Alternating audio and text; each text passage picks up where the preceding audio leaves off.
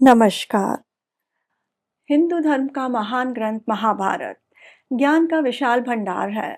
इस ज्ञान रूपी भंडार को हम महाभारत का महापर्व नामक श्रृंखला के रूप में पिरोकर आपके लिए लाए हैं। सीखने, समझने और जीवन को उचित दिशा में ले जाने के लिए इस ज्ञान गंगा की रचना की गई है।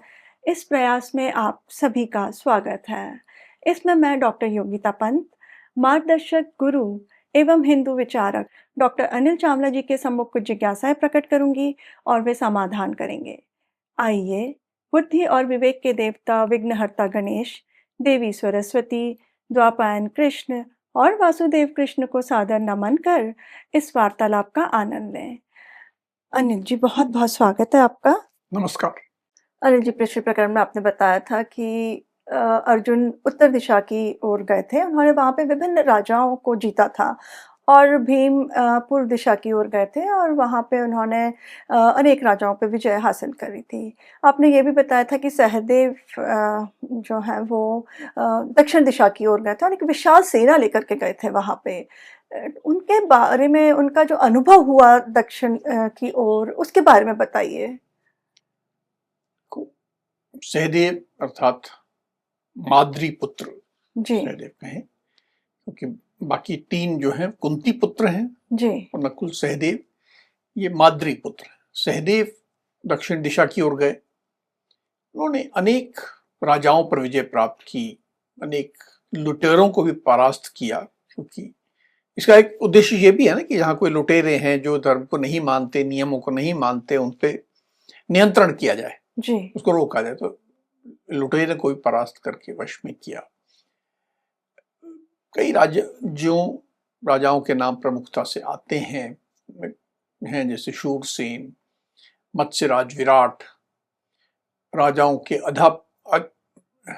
के अधिपति महाबली, दंतवक्र, राजा सुकुमार, राजा सुमित्र, निषाद देश को उन्होंने जीता, जी पर्वत प्रवर गोश्रिंग के राजा श्रेणीमान, नरश्रेष्ठ के राजा कुंती भोज, और इस तरह जीतते हुए अनेक देश जीते।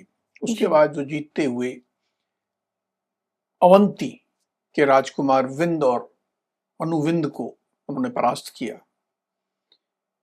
यहां से वे भोजकट नगर में गए, जहां 2 दिन तक युद्ध होता रहा। उसके बाद उन्हें विजय मिली। देखो, ये क्षेत्र कहाँ है आज कहना कठिन है कि कौन सा क्षेत्र कहाँ था। मोटे तौर से ऐसा समझ में आता है, जैसे अवंती की बात होती है तो ये उज्जैन के आसपास का क्षेत्र था। भोजकट शायद भोपाल के आसपास का क्षेत्र रहा हो। तो इस प्रकार दक्षिण में बढ़ रहे थे जी लगभग इंद्रप्रस्थ से सोचो दिल्ली से दक्षिण को आते जा रहे थे, और इसी प्रकार अनेक राज्यों पर विजय प्राप्त करते हुए माद्रीपुत्र सहदेव विख्यात किष्किंधा नगरी पहुंचे। किष्किंधा याद होगा, वाल्मीकि रामायण की जब हमने बात की थी तो किष्किंधा की बात की थी। यहां पर उन्हें वानर राज मैंद और द्विंद का राज्य मिला। उन्हें 7 दिन तक युद्ध किया, लेकिन ये पूरी सेना, सहदेव, इन दोनों कुछ बिगाड़ नहीं पाए। पर 7 दिन की युद्ध के बाद इन दोनों ने इनके युद्ध कौशल पे अत्यंत प्रसन्न होकर इन्हें आशीर्वाद दिया और बड़े प्रेम पूर्वक सहदेव से बोले कि हम आपसे प्रसन्न हैं, आपने जिस ढंग से युद्ध किया, आप वीर हो और हम वीरता का सम्मान करते हैं। आपको जो भी रत्नों की भेंट, कर इत्यादि चाहिए वो ले लीजिए, और परम बुद्धिमान धर्मराज युधिष्ठिर के कार्य में कोई विघ्न नहीं आना चाहिए। मतलब उन्होंने बिना परास्त हुए कर देना स्वीकार कर लिया। देखिए, ये समझने की बात है।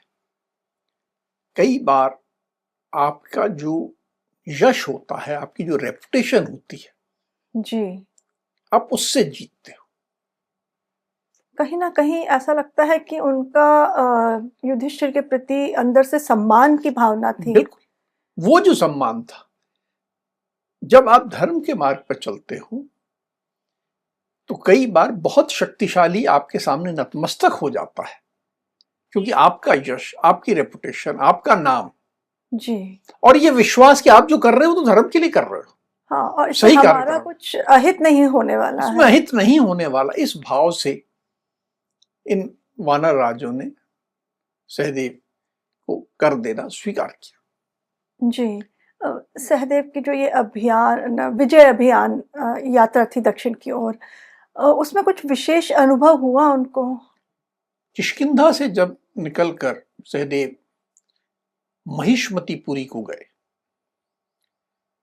तो वहां के राजा नील के साथ घोर युद्ध प्रारंभ हो गया। जी। युद्ध बहुत भयंकर था, एकदम साधारण व्यक्ति तो भयभीत हो जाए, कायरों को तो कलेजा बैठ जाए, कितना भयानक युद्ध, दोनों सेनाओं का विनाश करने वाला युद्ध था।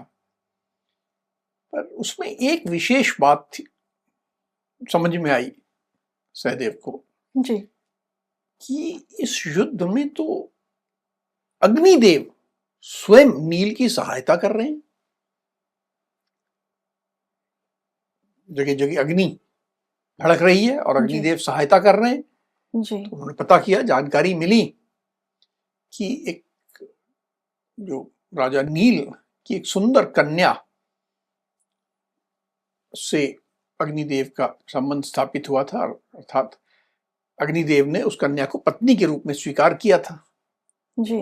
और जब पत्नी के रूप में स्वीकार किया था, तो राजा नील को अभयदान दे रखा था, जिसके कारण कोई भी राजा नील के राज्य पर हमला करने की हिम्मत नहीं कर सकता था, क्योंकि अग्निदेव स्वयं रक्षा करने के लिए खड़े थे। जी। जी। तो ये जानने के बाद सहदेव ने कहा, नहीं, ये अभी सीधा आमने सामने युद्ध से काम नहीं चलेगा। जी। उन्होंने अग्निदेव की स्तुति की, अग्निदेव का आह्वान किया, उनकी स्तुति की, विस्तृत श्लोक आते हैं कि ऐसे स्तुति की, और अग्निदेव को कहा कि आप ही चित्रभानु हैं, आप ही सुरेश हैं, आप ही अनल कहलाते हैं, और हम यज्ञ में जो भी आहुति देते हैं, जी। उन सब पदार्थों को आप ही खाते हैं, क्योंकि हम ये मानते हैं कि आप देवताओं के मुख, जी।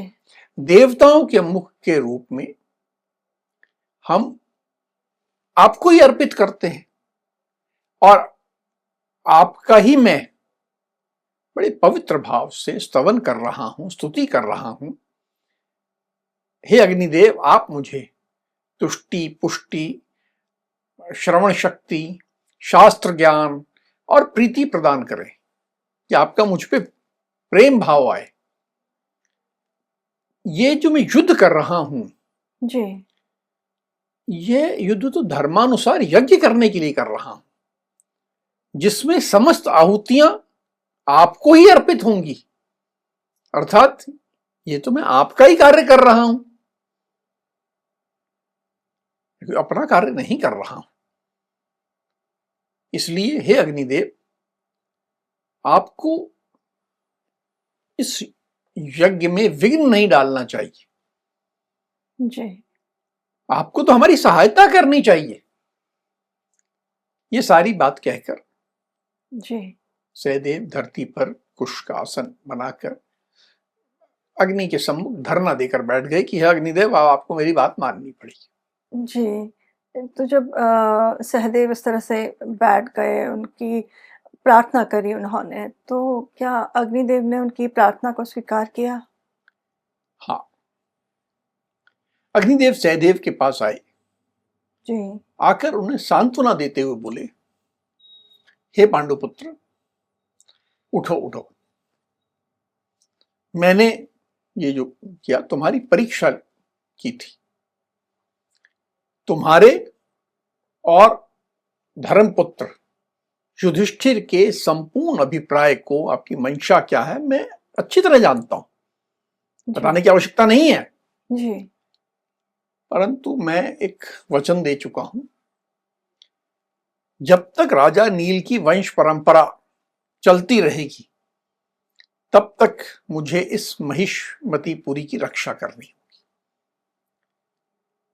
तो वो तो मैं निभाऊंगा जी। पर मैं तुम्हारा मनोरथ भी पूर्ण करूंगा कि तुमको असफल नहीं होने दूंगा। जी। और ऐसा कह के अग्निदेव वहां से चले गए। अब ये बात सुनकर माद्रीपुत्र सहदेव बड़े प्रसन्न हुए, हाथ जोड़कर उनका अभिवादन किया, फिर से अग्निदेव का पूजन किया। और अग्निदेव के जाने के बाद कुछ देर में ही अग्निदेव की आज्ञा से जी। राजा नील वहां आए और उन्होंने योद्धाओं के अधिपति पुरुष सिंह सहदेव का सत्कार पूर्वक पूजन किया। जी। राजा नील की सहदेव ने पूजा ग्रहण की और उनको बताया कि मुझे आपसे कोई शत्रुता नहीं है, जी। मैं तो आपको इस व्यवस्था के अंतर्गत लाना चाहता हूं और आपसे कर चाहता हूं। और जी। राजा नील ने प्रसन्नतापूर्वक बिना किसी द्वेष भाव के जी। कर दिया और उसके बाद सहदेव दक्षिण दिशा की ओर बढ़ गए। जी। अब जब सहदेव दक्षिण दिशा की ओर बढ़ रहे थे तो उन्होंने किन राज्यों और राजाओं पर विजय प्राप्त करी? अनेक राज्यों राजाओं पर विजय प्राप्त की। सौराष्ट्र देश के अधिपति कौशिकाचार्य आकृति को बहुत प्रयत्न करके वश में किया।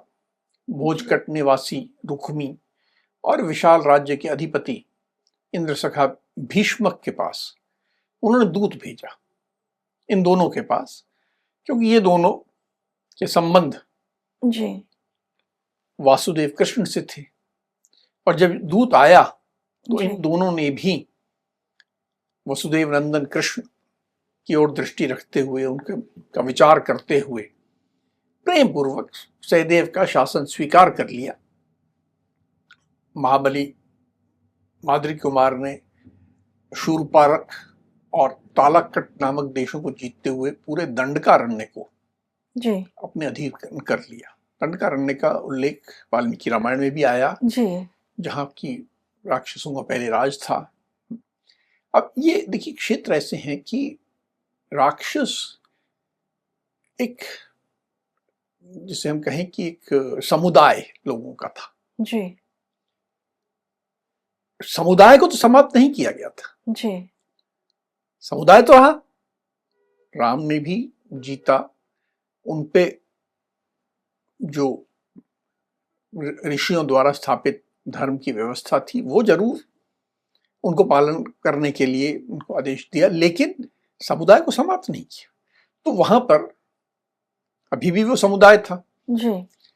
उन्होंने, सहदेव ने उस समुदाय के पूरे दंडकारण्य को जीता। फिर कुछ समुद्र के द्वीपों वाले मलेच्छ जातीय राजा थे, उनको जीता। कुछ निषादों को, लुटेरों को, राक्षसों के भी अन्य जी। जो राजा थे उन सबको जीता। कुछ ऐसे समुदाय थे जो कि योद्धा थे, लेकिन वो मनुष्यों और राक्षसों दोनों के संगम से बने थे, अर्थात दोनों के आपसी विवाह से कुछ ऐसे समुदाय बने हुए थे। तो उनको भी परास्त किया, उन पर विजय प्राप्त की। जी। कोलगिरी, सुरभिपत्तन, ताम्रद्वीप, समक पर्वत, तिमिंगल के नरेशों को तो उन्होंने संदेश भेजकर अपने अधीन कर लिया। बहुत जगह ऐसा हुआ जहां संदेश गया, जी। सहर्ष स्वीकार कर लिया कि हाँ, हम आपके जो व्यवस्था है उसको स्वीकार करने को तैयार है। जी। पांडे, द्रविड़, केरल, जो आज का केरल है, जी। आंध्र, तालवन, कलिंग, आटवी, पुरी तथा यमुनों के नगरों को भी दूतों के द्वारा वश में कर लिया। तो अनेक स्थानों पर तो केवल समझाने बुझाने से, दूतों से काम होता चला गया, जी कुछ स्थानों पर युद्ध करना पड़ा। जी। दक्षिण दिशा में सब राजाओं को के ऊपर विजय प्राप्त करने के बाद क्या सहदेव उस स्थान पे भी गए कि जहाँ पे राम समुद्र तट पे जहाँ पे राम ने वानर सेना की मदद से सेतु का निर्माण किया था? वहां भी पहुंचे। अब दूसरी ओर लंका। जी देखो, जब राम ने रावण को हराया, उसके बाद विभीषण को सत्ता दी। जी हमने सदा सुना है कि रावण की लंका सोने की थी। जी राम ने उस सोने की लंका को तहस नहस तो नहीं किया था। जी तो वो तो समृद्ध राज्य तो था ही, जी और वो बहुत विशाल राज्य था। आज तक दक्षिण पूर्व एशिया के अनेक राजवंश अपने आप को विभीषण का वंशज मानते हैं। कई स्थानों पर तो यहां तक है कि उन्होंने धर्म परिवर्तन करके इस्लाम को अपना लिया है, जी लेकिन वो वंश परंपरा विभीषण से जोड़ते हैं, राम की भी पूजा करते हैं जी और विभीषण को अपना पूर्वज मानते हैं। तो ये जो सामने राज्य था, जी ये कोई छोटा राज्य नहीं था, जी बहुत बड़ा राज्य, बहुत समृद्ध, जी बहुत शक्तिशाली, और राक्षसों का राज्य था। जी तो वो समुदाय था और शक्ति भी थी। तो अब ये विचार करना था कि यहां पर हम कैसे करें। जी देखिए, कोई भी हमें कार्य करना हो तो केवल बल का सहारा लेके कार्य नहीं होता। जी बुद्धि जी कि क्या करें कि हमें शक्ति प्रयोग ना करना पड़े जी और हमारा कार्य भी हो जाए। जी तो उन्होंने अपने वहां पड़ाव डाल लिया जहां सेतु का प्रारंभ था, और अपने सचिवों के साथ बैठ के, मंत्रियों के साथ बैठ के बहुत देर तक विचार विमर्श किया कि आप लोग क्या कहते हो, क्या करना उचित होगा। तो सबकी सहमति और एक विचार निकला जी कि यहां पर हमें सहदेव के भतीजे, यानी भीम के पुत्र, जो भीम का हिडिंबा के साथ पुत्र था, जी घटोत्कच, जो राक्षस राज था, जी उसको बुला लिया जाए। वो ये कार्य कर सकता है। तो सहदेव ने ये निर्णय लिया कि घटोत्कच को बुलाया जाए। जी उन्होंने बैठ के घटोत्कच का चिंतन किया। घटोत्कच ने पहले भी कहा था कि आप लोगों को जब भी मेरी आवश्यकता पड़ेगी, जी जी आप मेरा चिंतन करिएगा, मैं उपस्थित हो जाऊंगा। तो सहदेव ने उसका चिंतन किया। कुछ देर में बड़े डील डॉल वाला विशालकाय राक्षस वहां आता दिखाई दिया। जी सब प्रकार के आभूषण पहन रखे थे, सिर बिल्कुल काला शरीर, विशाल शरीर, सिर के बाल तांबे के समान लाल, मूंछ दाढ़ी के बाल हरे, आंखें बड़ी भयंकर। जी एक अपने आप में देख के डर लग जाए। सब अंगों में उसने लाल चंदन लगा रखा था, जी और इतना बलवान, इतना विशाल कि जा रहा था तो ऐसा लग रहा था पूरी धरती को हिला रहा है, पूरी धरती को हिलाता हुआ सब प्रतीत हो रहा था। बिल्कुल पर्वताकार घटोत्कच को देखते हुए सब लोग तो भय के मारे भाग खड़े हुए। जी पर ये बड़ी विनम्रता से, बड़े विनीत भाव से सहदेव उनके पास गया, उनको प्रणाम किया और पूरे विनीत भाव से हाथ जोड़कर खड़ा हो गया और बोला मेरे लिए क्या आज्ञा है। जी सहदेव ने बड़ी प्रसन्नता से, जैसा कि चाचा को भतीजे के साथ करना चाहिए, कि उसको अपनी दोनों भुजाओं में भर लिया उसको अपने हृदय से लगाया, उसका मस्तक सूंघा। देखिए ये एक हमारे यहाँ छोटे का जैसे मस्तक पे हम आजकल है चुंबन का होता है, उस काल में मस्तक सूंघना कहा जाता है उसे, कि अपने नाक और जो होंठ हैं वो मस्तक पे लगाए। तो उसका मस्तक सूंघा, उसको बड़ा प्रेम दिया, और फिर जब सब स्वागत सत्कार हो गया जी जी, तो बड़े प्रेम पूर्वक बोले, हे वत्स, तुम मेरी आज्ञा से, मेरे आदेश से कर लेने के लिए लंकापुरी में जाओ, और वहां राक्षस राज महात्मा विभीषण से मिलकर जी राजसूय यज्ञ के लिए भांति भांति के बहुत से रत्न जो कर के रूप में होते हैं वो प्राप्त करो। जी, और महाबली वीर तुम हो, लेकिन उनकी जो भी वहां से तुम्हें वस्तुएं मिलेंगी जी उनको लेकर शीघ्र यहां लौट आना। यदि वे तुम्हें भेंट ना दें, जी, कई बार होता ना कि हम तो गए लेने के लिए, जी जी, सामने वाले ने कहा चलो आगे चलो, जी नहीं देना मुझे तुम्हें, तुम कौन। जी, यदि वे तुम्हें भेंट ना दें तो तुम उन्हें अपनी शक्ति का परिचय दे देना। परिचय देने के बाद इस प्रकार कहना कि कुबेर के छोटे भाई लंकेश्वर, कुंती कुमार युधिष्ठिर ने वासुदेव कृष्ण के बाहुबल को देखकर भाइयों सहित यह राजसूय यज्ञ प्रारंभ किया है। जी, आप इन बातों को अच्छी तरह जान लें, आपका कल्याण हो। अब मैं यहां से चला, और इतना कहकर जी तुम शीघ्रता पूर्वक लौट आना, विलंब मत करना। देखिए क्या कह रहे थे नकुल, सहदेव क्या कह रहे थे, शक्ति का परिचय देना और बता देना कि भाई तुम नहीं दे रहे तो अब कृष्ण और पूरे भाई हम सब मिलके वर लेने आएंगे। पर ऐसा डायरेक्ट नहीं कहना, थोड़ा केवल इशारा करके आ जाना। जी, क्यों? वो ये नहीं चाहते थे कि जो इसको उन्होंने दूत बना के भेजा है जी, वो वहां पर क्रोधित हो, युद्ध करे, वो तो जी, ठीक नहीं होता। जी, दूत केवल दूत के रूप में एक संदेश दे के इशारा करके लौट आए, क्योंकि अभी उनको ये अंदेशा था जी, कि इतना शक्तिशाली महाराज, इतने बड़े क्षेत्र का राजा, जी, वो देगा नहीं देगा कर पता नहीं, जी, और अगर युद्ध करना है तो ऐसा एक आदमी जाए पूरा युद्ध कर ले, जी, ये भी ठीक नहीं है। और जी, शायद मुझे वासुदेव कृष्ण को भी बुलाना पड़े क्योंकि वो बहुत शक्तिशाली हैं, जी, तो इसलिए केवल इशारा करके तुम लौट आना, ये उन्होंने उसको संदेश दिया। जी।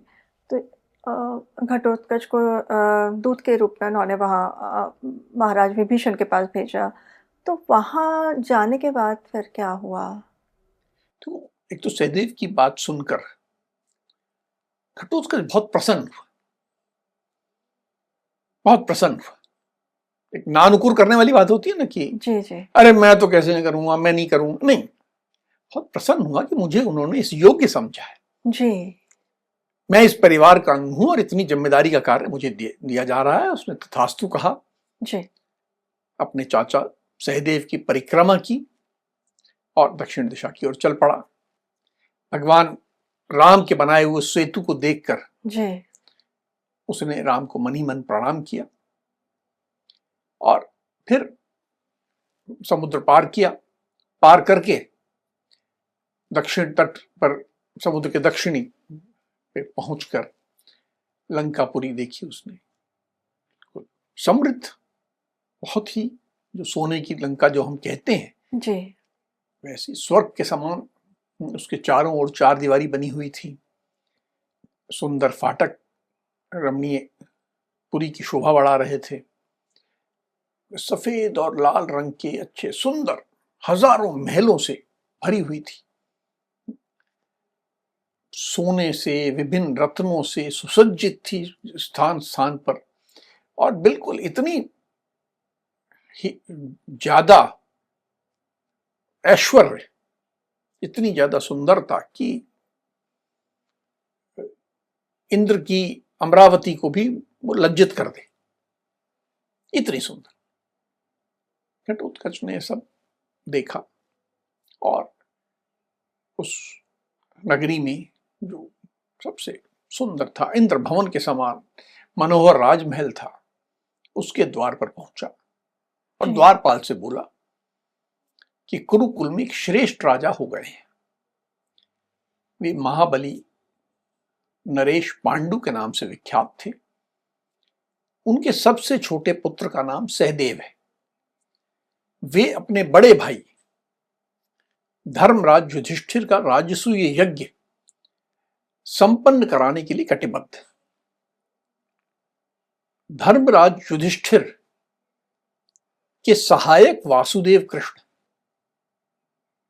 परिचय में उनका नाम भी बता दिया जी। सहदेव ने कुरुराज युधिष्ठिर के लिए कर लेने के लिए उस निमित्त मुझे दूत बनाकर यहां भेजा है। जी। मैं पुलस्त नंदन महाराज विभीषण से मिलना चाहता हूं। तुम शीघ्र जाकर उन्हें मेरे आगमन की सूचना दे दो। जी। तो अपने पूरे परिचय देते हुए, अपना उद्देश्य बताते हुए जी। द्वारपाल को बता दिया। जी। अब जब द्वारपाल ने विभीषण को बताया होगा, तो क्या विभीषण ने दूत घटोत्कच को बुला लिया, और फिर उसके बाद यदि बुलाया तो क्या कहा, कैसा व्यवहार किया उसके साथ? महाराज विभीषण ने तुरंत दूत घटोत्कच को ससम्मान बुला लिया, आदेश दिया कि पूरे सम्मान के साथ लिया, जैसे दूत को सम्मान दिया जाना चाहिए। जी। और जब बुलाया तो महाराज विभीषण अपने समस्त मंत्रियों के साथ दरबार में बैठे थे।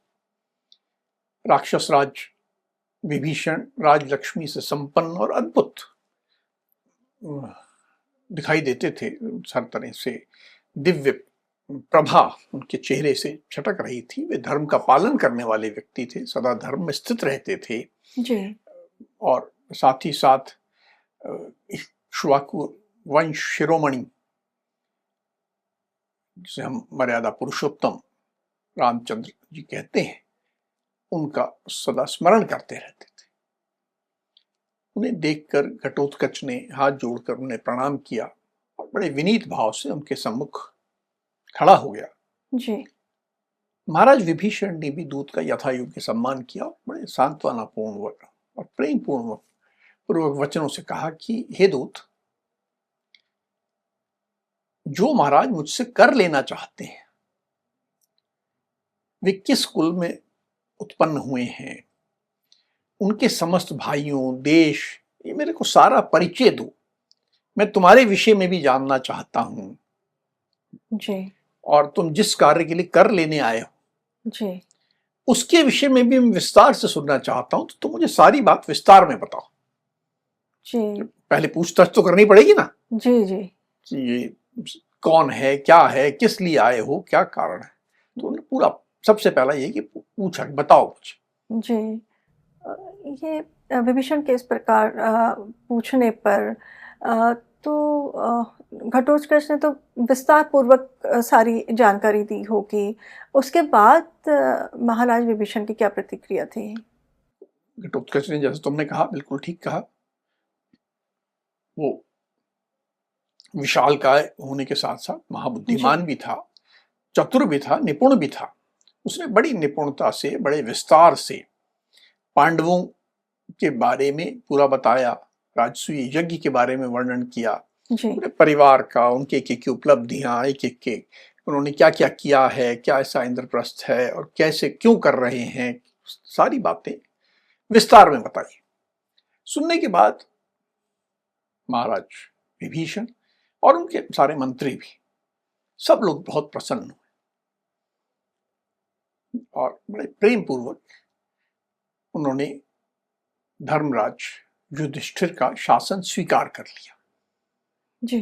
कहा कि हाँ, हम का शासन स्वीकार करते हैं, और कर के रूप में उन्होंने अनेक रत्न, बहुमूल्य आभूषण, भांति भांति के मणि, रत्न, सोने के बर्तन, कलश, शस्त्र के साथ ही यज्ञ के द्वार पर लगने के लिए, भाई आप यज्ञ के लिए जा रहे हो तो हमारी तरफ से यज्ञ में कुछ विशेष लगना चाहिए, तो 14 ताड़ प्रदान किए कि ये यज्ञ के द्वार पे ये ताड़ हमारी ओर से लगाइएगा। फिर कुछ शिविकाएं दी, शिविकाएं मतलब पालकियां, जो कि मणि जटित थी, कि वहां पर जो विशेष लोग आएंगे उनको ले जाने आने के लिए ये शिविकाएं भी हमारी ओर में हों। बहुमूल्य मुकुट दिए, सुनहले कुंडल दिए, सोने के बने हुए अनेक पुष्प, हार तथा चंद्रमा के समान उज्जवल शंख भेंट किए। देखिए, शंख जो है वो सागर किनारे से ही आते हैं, सागर से आते हैं, तो लंका में शंख बहुत अच्छे मिलते थे, तो वो बिल्कुल विशाल और उज्जवल बिल्कुल अच्छे शंख भेंट किए। और घटोत्कच ने हाथ जोड़कर महाराज विभीषण को प्रणाम किया, उनकी परिक्रमा की, पूरा सम्मान दिया, और फिर वहां से प्रस्थान करने के लिए।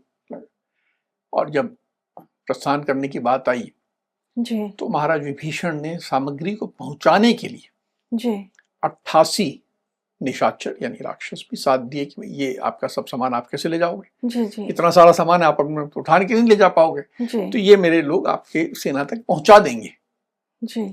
तो ये सब रत्न, आभूषण इत्यादि को लेकर घटोत्कच उन राक्षसों के साथ सहदेव के पास आ गए। जी, अब कह सकते हैं कि पूरा दक्षिण पे विजय प्राप्त कर ली थी सहदेव ने, तब तो उनकी दक्षिण यात्रा संपन्न कहे हो गई थी, तो उसके बाद तो वो इंद्रप्रस्थ लौट आए होंगे फिर। बिल्कुल, घटोत्कच इतनी विशाल रत्न राशि लेकर आए थे, उसको देखकर सहदेव अत्यंत प्रसन्न हो गए, क्योंकि बहुत बड़ी उपलब्धि थी। बाकी राज्य तो सब छोटे छोटे थे, ये बहुत बड़ा राज्य था, और बिना युद्ध किए केवल प्रेम पूर्वक दूत भेज के काम हो गया था। उन्होंने घटोत्कच को गले से लगा लिया, साथ ही जो साथ में आए थे सामान लेके, उन सब राक्षसों से प्रसन्नता व्यक्त की, उन्हें सम्मान दिया, उन्हें और बड़े सम्मान पूर्वक उन्हें विदा किया, कि जो लोग आए थे उनको सम्मान पूर्वक विदा किया। इसके बाद सहदेव अपनी पूरी सेना के साथ वापस इंद्रप्रस्थ को लौट गए। वहां राजा युधिष्ठिर ने उनका स्वागत किया और सम्मान किया।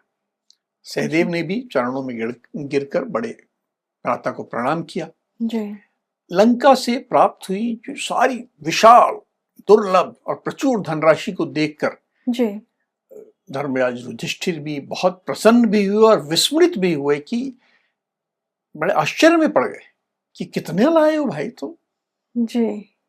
तो बहुत, क्योंकि सब राज्यों से भी लाए थे और लंका से तो ऐसी बहुत ही दुर्लभ चीजें लाए थे। तो वो देख के बहुत प्रसन्न हुए, आश्चर्यचकित हुए, और उन्होंने सहदेव को भी प्रसन्नता व्यक्त की, सारी जो और लोग थे सबको अपनी प्रसन्नता व्यक्त की।